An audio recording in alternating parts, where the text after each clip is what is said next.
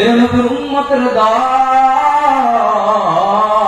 তাকা দেখো আমার মায়ার নবী রাহমাতাল লিল আলামিন একদিন আবু বকর রাদিয়াল্লাহু তাআলা আনহুকে নিয়ে আমার মায়ার নবী সফর করতেছিলেন। এমন তো অবস্থায় আমার মায়ার নবী সফর করতে করতে ক্লান্ত হয়ে গেলেন। আমার মায়ার নবী ক্লান্ত হওয়ার পর আমার মায়ার নবী বিশ্রাম নেওয়ার জন্য একটা জায়গায় বসলেন। আমার মায়ার নবীর খুব ক্ষুধা লাগিয়ে গেল। আবু বকর রাদিয়াল্লাহু তাআলা আনহুকে বলেন, ও আবু বকর, আমি নবীর পেটে বড় ক্ষুধা লাগছে, ক্ষুধা নিবারণ করার জন্য কি খাওয়া যায় বলো। বলে, ও নবী, এখানে তো খাওয়ার মতো কোনো প্রয়োজনীয় জিনিসপত্র নাই যে আপনি খাবেন, আপনার পেটকে সান্ত্বনা দিবেন। ও পয়গম্বর, ওই যে সামন দিকে তাকায় দেখতেছি বিশাল একটা বকরির পাল দেখা যায়, ওখান থেকে যদি কিছু দুধ সংগ্রহ করা যায়, ওগুলো খেয়ে যদি পেটকে সান্ত্বনা দেওয়া যায়। মায়ার নবীকে এই কথা বলার পর আল্লাহর নবী আবু বকরকে নিয়া ওই ছাগলের রাখালের কাছে যখন নিয়ে যায়, গিয়ে বলে, ও রাখাল ভাই, আমার পেটে বড় ক্ষুধা, ক্ষুধা নিবারণ করার জন্য আসছি, আমাকে একটু বকরির দুধ দাও। ওই রাখাল বলতেছে, না পয়গম্বর, আপনাকে আমি কিভাবে বকরির দুধ দেব? এগুলো তো মালিকের পক্ষ থেকে আমার কাছে আমানত, এগুলোর খেয়ানত করা যাবে না। আল্লাহর নবী মুহাম্মদুর রাসূলুল্লাহ সাল্লাল্লাহু আলাইহি ওয়াসাল্লাম এই কথা বলার পরে, ও রাখাল শোনো, তোমার কাছে কি এরকম কোন বকরি আছে যেই বকরি কোনদিন দুধ দেওয়া সম্ভব না, যেই বকরি দুধ দিতে পারবে না মৃত্যুর আগ পর্যন্ত? বলে, হ্যাঁ, এরকম একটা বকরি আমার কাছে আছে, যেটা বাঁধা, যেটা কোনদিন সন্তানও দিবে না, যেটা ওলানে কোনদিন দুধ আসবে না। বলে, যাও যাও, ওই বকরিটা আমি মায়ার নবীর কাছে নিয়ে আসো। ওই রাখাল ওই বকরিটা মায়ার নবীর সামনে উপস্থিত করার পর রহমতের নবী আবু বকর রাদিয়াল্লাহু তাআলা আনহু বলতেছেন, আমি মায়ার নবীর দিকে তাকায় দেখলাম ওই যে বকরিটা যার ওলানে কোনদিন দুধ দেওয়া সম্ভব না, এই বকরিটা ওই ওলানের দিকে তাকায়, এই বকরিটার ওলানের দিকে মায়ার নবী তাকাইয়া কি যেন পড়তেছে, কি যেন পড়তেছে। মায়ার নবী ওই ওলানের দিকে তাকাইয়া কি যেন পড়তেছে আর মালিকের কাছে বলতেছে, বলা মাত্র তাকায় দেখতেছি যে ওলানে কোনদিন দুধ দেওয়া সম্ভব নয়, সেই ওলানের ভিতরে আল্লাহ তাআলা দুধ ভরপুর করিয়া দিয়েছে। এই জন্য তাকা দেখো, মায়ার নবী গোটা উম্মতের জন্য রহমত, গোটা মাখলুকাতের জন্য কেমন রহমত। এর নবীর উম্মতের দল মায়ার নবী তারপরে ওই ছাগল ওই বকরি থেকে দুধ দহন করলেন, আমার মায়ার নবীও খাইলেন, আবু বকরকেও খাওয়াইলেন, তারপরে রাখালকেও খাওয়াইলেন। বলতেছে, ও রাখাল, তুমি পেট ভরে খাও। ও নবী খাইতেছে, আর আমার দ্বারা সম্ভব না। সবাই খাওয়ার পর আবার আল্লাহ রাসূল সাল্লাল্লাহু আলাইহি ওয়াসাল্লাম ওই বকরিটাকে কাছে নিয়া আল্লাহর নবী যখন আবার ওই ওলানের দিকে তাকাইয়া কি যেন একটা দোয়া করলেন, ওই কি যেন মায়ার নবী পড়লেন, পড়ার সাথে সাথে তাকায় রাখতেছি ওই বকরির ওলান আগে যেরকম ছিল আবার পুরো আল্লাহ তাআলা সেরকম করিয়া দিয়েছেন। এই মুজিজা দেখিয়া ওই রাখাল বলতেছেন, আপনি তো কোন সাধারণ মানুষ নয়, আপনার এই মুজিজা দেখে আমি অবাক হয়ে গেলাম, আপনি কে, আপনার পরিচয় দেন। আমার মায়ার নবী বলতেছেন, আমি হলাম আখির জামানার পয়গম্বর মুহাম্মদুর রাসূলুল্লাহ সাল্লাল্লাহু আলাইহি ওয়াসাল্লাম। ওই রাখাল বলে, ও পয়গম্বর, আপনাকে দেখি কোন সাধারণ মানুষ মনে হয় না, জলদি করে ও নবী গো, আপনার হাতে হাত রাখি আমি রাখালকে কালিমা পড়া মুসলমান বানায়া দেন। ওই রাখাল আল্লাহ নবীর হাতে কালিমা পড়ে মুসলমান হয়ে গেলেন। সাহাবায়ে কেরাম বলেন, ওই যে রাখাল, ওই সাহাবীর ওই রাখালের নাম হলো আব্দুল্লাহ ইবনে মাসউদ রাদিয়াল্লাহু তাআলা আনহু। মুফাসসির কেরামগণ বলেন, এই আব্দুল্লাহ ইবনে মাসউদ রাদিয়াল্লাহু তাআলা আনহুকে আল্লাহ তাআলা এত সুন্দর ঘটনাকৃতি দিয়ে বানাইছেন, তাই আব্দুল্লাহ ইবনে মাসউদের দিকে যদি তাকাইতাম মনে হইতো যেন আল্লাহর নবী আমাদের সামনে উপস্থিত হয়েছে। সাহাবায়ে কেরাম বলেন, আব্দুল্লাহ ইবনে মাসউদ রাদিয়াল্লাহু তাআলা আনহু যদি হাঁটিয়ে যাইতো আমরা পিছন দিকে তাকায় বুঝতাম এ তো আব্দুল্লাহ ইবনে মাসউদ নয়, মনে হয় মায়া নবী এখান থেকে হাঁটিয়া যাইতেছে। তো আল্লাহর নবীর এই মুজিজা দেখিয়া আব্দুল্লাহ ইবনে মাসউদ রাদিয়াল্লাহু তাআলা মুসলমান হয়ে গেলেন। ও মুসলমান, আল্লাহর নবীর হাজার শত শত মুজিজা দেখিয়া অনেক বিদর্ভী পর্যন্ত কালেমা পড়ে মুসলমান হয়ে গেছে। কিন্তু আজকে বড় দুঃখ লাগে, আমরা মুসলমানের ঘরের সন্তান, অথচ আমরা নবীকে চিনি না।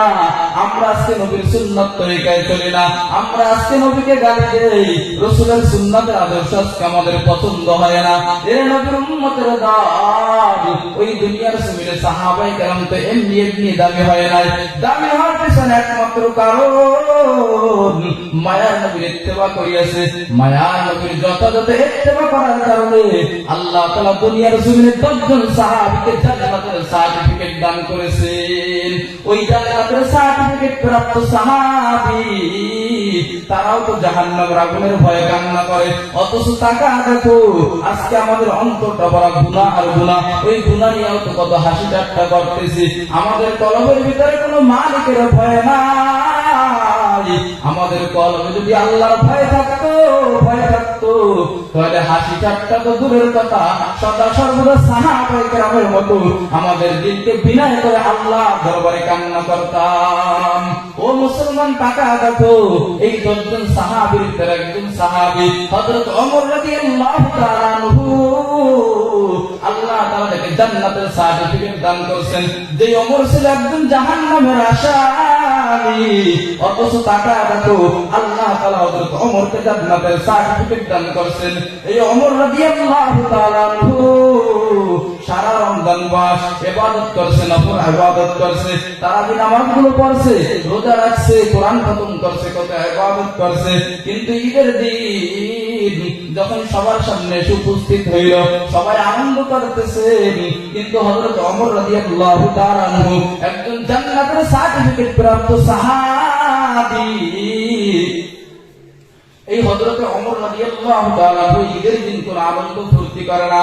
হয় হযরত ওমর রাদিয়াল্লাহু তাআলা আনহু ঈদের দিন সব সাহাবায়ে কেরাম মসজিদ থেকে বের হয়ে গেছে, সবাই আনন্দ ফুর্তি করতেছে, মানুষের সাথে আলিঙ্গন করতেছে।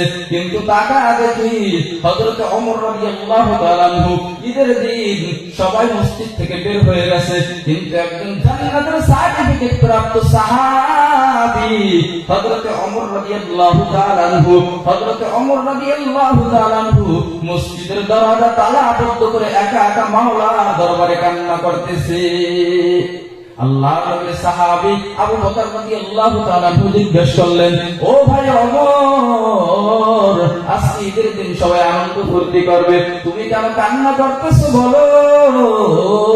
হযরত ওমর রাদিয়াল্লাহু তাআলা আনহু বলে, আনন্দ করবে তো ওই ব্যক্তি যেই ব্যক্তির কোনো চিন্তা নাই, যেই ব্যক্তির সব আমলগুলো রমজান মাসের আল্লাহর দরবারে কবুল হয়ে গেছে।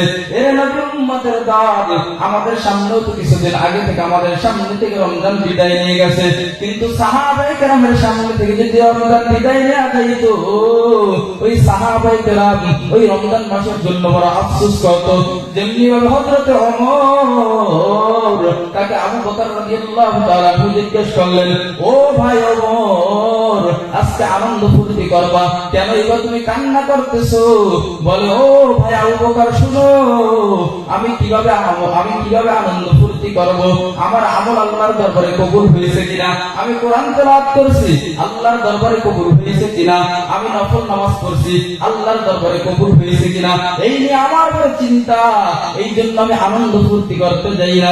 আজকে ঈদের দিন আমি মসজিদের দরজা তালা বন্ধ করে ওই মালিকের দরবারে কান্না করতেছি, যেন আল্লাহ তাআলা আমার সব আমলগুলোকে কবুল করিয়া নেয়। এই জন্য তাকায় দেখো মুসলমান, সাহাবায়ে কেরাম রাদিয়াল্লাহু তাআলা আনহুম আজমাইন এত দামি হওয়ার একমাত্র কারণ আল্লাহ রাসূল সাল্লাল্লাহু আলাইহি ওয়াসাল্লামের ইত্তেবা পদে পদে অনুসরণ করেছেন, যার কারণে আল্লাহ তাআলা সাহাবায়ে কেরামদেরকে দুনিয়ার জমিনে জান্নাতের সার্টিফিকেট দান করেছেন।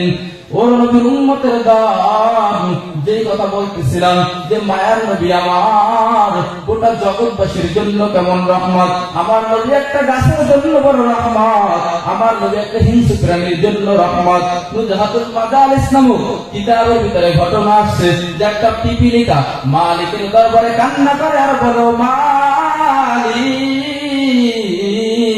আমি পিপীলিকা, আমি ক্ষুদ্র, আমার মন চায় আমি একটু নবীর রওজা দেখবো। ও আল্লাহ, তুমি আমার নবীর রওজা দেখাইবানি।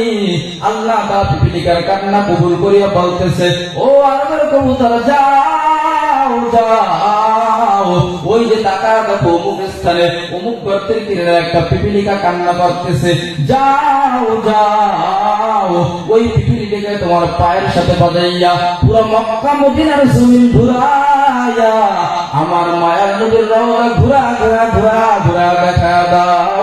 ওই পিপীলিকাকে সব কিছু দেখানোর পর মায়ার নবীর রওজা শরীফ দেখাইলো, আল্লাহর কাবা ঘর দেখাইলো, মক্কা মদিনা ঘুরাইলো। আবার আল্লাহর হুকুমে ওই কবুতর ওই পিপীলিকাকে পায়ের সাথে বাঁধাইয়া আবার তার গন্তব্য স্থানে পৌঁছা দিয়েছেন। এই জন্য আমরা যদি আল্লাহর দরবারে দোয়া করি, ও মালিক, বড় গরিব বানাইছো, হজ করার মতো আমাদের সমর্থ নাই, ওমরা করার মতো সমর্থ নাই, ও আল্লাহ তুমি যদি কবুল করো, এই কবুলিয়তের দরজায় যদি আমার কথা পৌঁছা যায় তাহলে আর তো ফিরাইতে পারবে না। ও দয়ার মালিক, আপনি আমাদেরকে হজ করার মতো তৌফিক দান করেন, আপনার ঘর বাইতুল্লাহ দেখার মতো তৌফিক দান করেন। ও মালিক, আপনার নবীর রওজা দেখার মতো আপনি আমাদেরকে তৌফিক দান করেন। এইরকম ভাবে যদি দোয়া করি আল্লাহ একদিন না একদিন আমাদের দোয়া কবুল করাইয়া আল্লাহর ঘর বাইতুল্লাহ না দেখায়